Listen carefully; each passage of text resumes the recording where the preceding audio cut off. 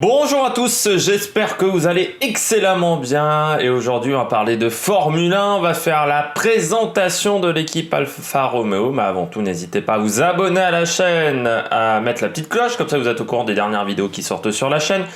Ça c'est une question pratique, n'hésitez pas également à réagir dans les commentaires pour me dire si vous allez apprécier, pas apprécier cette vidéo. Est-ce que vous pensez de l'équipe Alfa Romeo, de vos attentes pour Alfa Romeo et les pilotes Alfa Romeo pour l'année 2021. Puis surtout n'hésitez pas à mettre un pouce bleu. Alors Alfa Romeo, on va revenir sur la saison 2020 d'Alfa Romeo au global. Ça a été une saison pas facile pour l'équipe italienne, seulement 8e du championnat du monde, 49 points de moins par rapport à l'année 2019, donc c'est-à-dire des résultats assez moyens, meilleur résultat en course 9e, en grande partie dû au moteur, ce fameux moteur Ferrari qui a été vraiment peu performant sur l'année 2021, ça a été assez compliqué pour cette équipe de ce côté-là. Malgré tout, on a eu un châssis, je dirais pas de meilleure qualité pour le châssis Alfa Romeo par rapport au châssis Ferrari, mais un châssis plus constant, c'est-à-dire que il a eu à peu près les mêmes performances au fur et à mesure de la saison, ce qui n'était pas le cas chez Ferrari. Parfois chez Ferrari ça marchait bien sur certains circuits, c'était beaucoup plus compliqué sur d'autres. Du côté d'Alfa Romeo, le châssis a plutôt été pas trop mal, correct on va dire pendant toute la saison, ce qui leur a permis certaines fois d'être devant Ferrari à la régulière, ce qui est vraiment un très très bon résultat pour une équipe satellite, parce que Alfa Romeo c'est l'équipe B de Ferrari.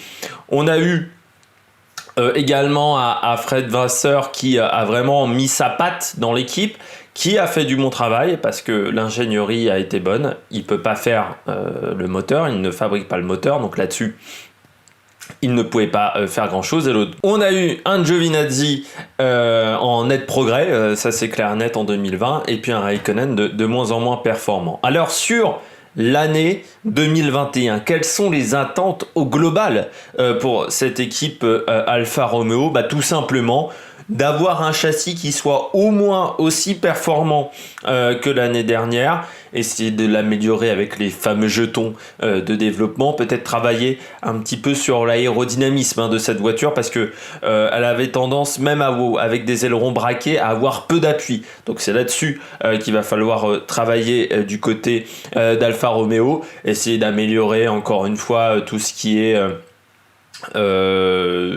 gestion de l'équipe. Il y a parfois eu des arrêts au stand un peu trop longs, un peu ratés aussi du côté d'Alfa Romeo, donc il va falloir améliorer tout ça. Ils gardent le même duo de pilotes, ce qui est plutôt intéressant, on va dire d'un point de vue constance. Après, c'est vrai que Raikkonen ces dernières années ça a quand même été un petit peu compliqué. On a Giovinazzi qui s'améliore mais qui n'est pas encore au top, mais on va en parler un petit peu plus tard. On va commencer du côté des pilotes avec Kimi Raikkonen. Est-ce que je suis... Donc c'est une équipe qui, je pense, peut faire de très très belles choses, Alfa Romeo.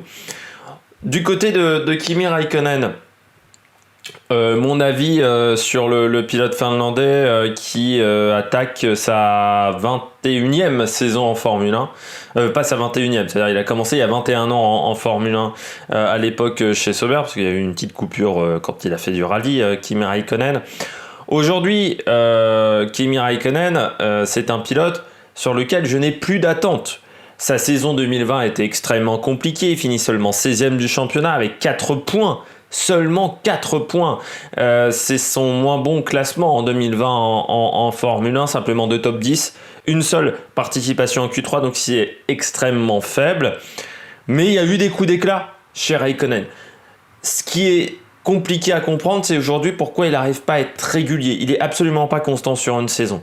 Par contre, il y a des coups d'éclat. Bien entendu, son départ à Portimao, qui est juste incroyable, où il gagne 10 positions en 6 ou 7 virages.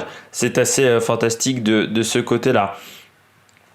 Mais si on enlève ces 2-3 départs qui ont été bons, ça a été vraiment très difficile, je trouve, sur la saison de la part de Raikkonen.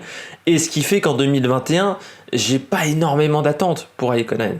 À part qu'il évite de faire ses erreurs un peu bêtes, parce qu'il en a commis pas mal depuis Sochi 2019. On a eu une accumulation d'erreurs à Sochi. Il s'était pas bien placé sur la ligne de départ. Et on a eu plusieurs tout au long de l'année. Mais c'est avec Raikkonen aujourd'hui.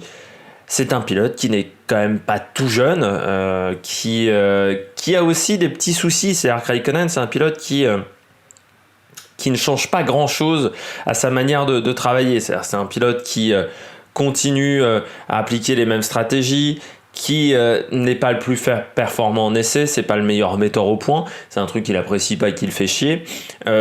Il roule assez peu sur simulateur aussi, alors qu'aujourd'hui, en 2021, vu le peu de jours d'essai que l'on a, même si cette année il y en aura un peu plus, parce qu'il y a les tests des pneus Pirelli qui vont faire que, enfin des pneus 18 pouces, je rappelle qu'en 2022 on passe des 13 pouces aux 18 pouces, donc il va y avoir pas mal d'essais cette année, ce qui va permettre de tester également des choses sur les voitures. Mais bon, Raikkonen, il a jamais été fan du développement des voitures, ça n'a jamais été un spécialiste dans ce domaine-là. Il fait pas donc comme je disais, de simulateur quand on a aussi peu de journées d'essai. C'est problématique de pas utiliser le simulateur, de ne pas l'utiliser suffisamment. Je me pose encore la question pourquoi Frédéric Vasseur l'a conservé très clairement pour 2021 Kimi Raikkonen, parce que pour moi il n'est pas au niveau il n'est plus au niveau qui est requis pour la Formule 1. Et quand on voit que chez Ferrari, il y avait quand même Mick Schumacher, Callum Elliott qui ont fait quand même des choses intéressantes en F2 l'année dernière, voir Robert Schwartzmann là à la fin de saison, s'il arrive à être plus constant et surtout à mieux finir, parce qu'il a eu une première partie de saison très bonne, Schwartzmann en F2, et puis la deuxième partie de saison ça a été un petit peu catastrophique. Donc s'il arrive à retrouver de la confiance dans la voiture, mais je me dis que Callum Elliott aurait totalement mérité sa place à Raikkonen, ou même Mick Schumacher au lieu de débuter chez Haas. Bon, j'espère qu'il me fera mentir, mais je suis pas très rassuré sur les performances de Raikkonen. Du côté d'Alfa Romeo, on passe désormais à Kimi Raikkonen, le deuxième pilote de cette équipe, pilote qui fait quand même du travail un peu compliqué. C'est dur de défendre Raikkonen par rapport à sa saison 2020, simplement 16e du championnat, moins bon classement en Formule 1 pour Kimi Raikkonen, simplement 2 top 10. Alors il y a eu peu d'abandon par rapport à son année 2019, mais l'année 2020 a quand même été très compliquée avec pas mal d'erreurs. C'est vrai que depuis 1 an et demi maintenant il enchaîne pas mal d'erreurs bêtes, et puis on a vu l'écart avec Giovinazzi vraiment se resserrer. Alors en qualification un peu moins en course, mais bon, est-ce que Raikkonen était indispensable à l'équipe Alfa Romeo? Je ne suis vraiment pas sûr. Je pense que Kimi Raikkonen aurait dû laisser sa place. C'est quand même compliqué de voir un pilote comme Raikkonen, vous savez, même Rossi par exemple, où tu te dis bon, il faudra peut-être un moment prendre la retraite. C'est bien, il a toujours la passion, Rossi, mais quand tu regardes très clairement ce qu'il produit aujourd'hui, Rossi, c'est un petit peu compliqué en termes de contenu, en termes vraiment d'activité, même sur sa machine, c'est un petit peu difficile. Et là, Raikkonen, pour moi, c'est un peu la même chose, c'est-à-dire que c'est un pilote qui a été excellent à une époque, qui je pense aujourd'hui a du mal à comprendre les fins plus modernes, aussi parce que c'est un pilote qui ne passe quasiment jamais de temps dans le simulateur. Or, quand vous passez pas de temps dans le simulateur, c'est un petit peu compliqué d'être performant aujourd'hui en Formule 1, vu qu'on a beaucoup moins de journées d'essai. Aujourd'hui, c'est 6 journées d'essai. Alors certes, on va avoir les journées de test Pirelli cette année, vu que je rappelle que les pilotes passent en 2022 de pneus de 13 pouces à pneus de 18 pouces. Donc Pirelli doit faire des phases de test. Déjà, quand ils en font, c'est un peu compliqué pour produire des bons pneus. Donc s'ils en faisaient pas, ça serait encore plus difficile. Donc il y aura ces phases-là, mais bon, quand même, Raikkonen aujourd'hui, c'est un pilote de l'ancien monde, on pourrait presque dire. Je comprends pas pourquoi Fred Vasseur l'a conservé, parce qu'il a été vraiment malmené en fin de saison. Alors il y a eu quelques coups d'éclat, par exemple son départ au Portugal, mais Giovinazzi a fait même des meilleurs départs que Raikkonen, parce que Giovinazzi est vraiment spécialiste des départs un peu costauds, de réussir à gagner 3-4 positions rien que sur la phase de départ, est très très bon dans ce domaine-là. Bon, il conserve son volant grâce à Fred Vasseur, parce que Fred Vasseur s'est un peu battu quand même avec les gens de chez Ferrari pour conserver ces deux pilotes et ne pas avoir Mick Schumacher, ce qui semble assez surprenant. Mais quand on voit que Callum Elliott, qui est quand même le deuxième du championnat F2, n'est pas en Formule 1 aujourd'hui, alors qu'il a réalisé vraiment de très très bonnes saisons, que même l'année dernière, même en 2019, pardon, ça n'avait pas été mauvais en fin de saison.